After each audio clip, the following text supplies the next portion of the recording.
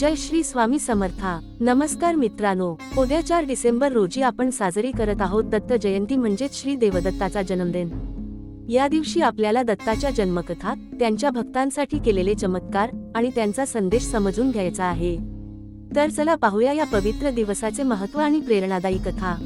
दत्त जन्मकथा। कथा अशी आहे की अत्रि ऋषी आणि अनुजा माता यांच्याकडे दत्तांचा जन्म झाला।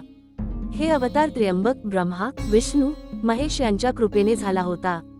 भक्तांना सांगण्यात येते की पृथ्वीवर अधर्म व अज्ञान वाढले होते आणि त्या काळात भगवंताने भक्तांचे कल्याण करण्यासाठी स्वतःचा अवतार घेऊन मानवतेला मार्गदर्शन केले। श्री दत्तांचा जन्म आध्यात्मिक शिक्षणासाठी, भक्तांचे मार्गदर्शन करण्यासाठी आणि लोकांच्या संकटांवर उपाय करण्यासाठी झाला। लहानपणापासूनच त्यांचा भक्तांसाठी असलेला प्रेमळ आणि दयाळू स्वभाव दिसून येतो। चमत्कार आणि भक्तांचा अनुभव। दत्तांनी अनेक भक्तांसाठी चमत्कार केले। एका भक्ताने अन्न नाही असे सांगितले तर दत्तांनी अन्न पुरवले। अक्कलकोटमध्ये अनेक भक्तांची रोग, अडचणी आणि संकटे दूर केली। भक्त जेव्हा त्यांच्या कृपेची शरणागत होते तेव्हा श्री दत्त तत्काळ मदतीस येत होते। भक्तांनी सांगितले की दत्तांच्या कृपेने धन, आरोग्य आणि मानसिक शांती प्राप्त झाली।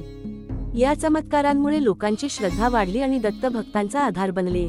या दिवशी केलेला उपवास, पूजा आणि त्याचे महत्त्व। दत्त जयंतीच्या दिवशी भक्त उपवास करतात, सकाळी जलाने अर्घ्य देतात, मंदिरात आरती करतात, भजन, कीर्तन आणि प्रवचन ऐकतात। हे दिवस श्रद्धा आणि भक्तीची शक्ती वाढवतात। उपवास केल्याने मन शुद्ध होते आणि भक्त आपल्या जीवनात सकारात्मक ऊर्जा अनुभवतात। श्री दत्त म्हणतात, भक्ती करा, सेवाभाव ठेवा आणि जीवनात सत्य मार्ग अनुसरा। आपण या दिवशी भक्ती, सेवा आणि समर्पण यांचा अभ्यास करून जीवनात आध्यात्मिक उन्नती साधू शकतो।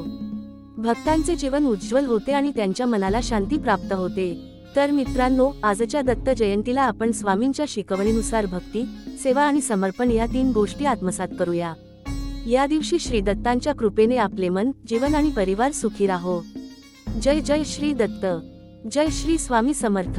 व्हिडिओ आवडल्यास शेअर करा आणि कमेंटमध्ये स्वामी समर्थ लिहायला विसरू नका। भेटूया उद्याच्या स्वामी मंत्रासह। धन्यवाद।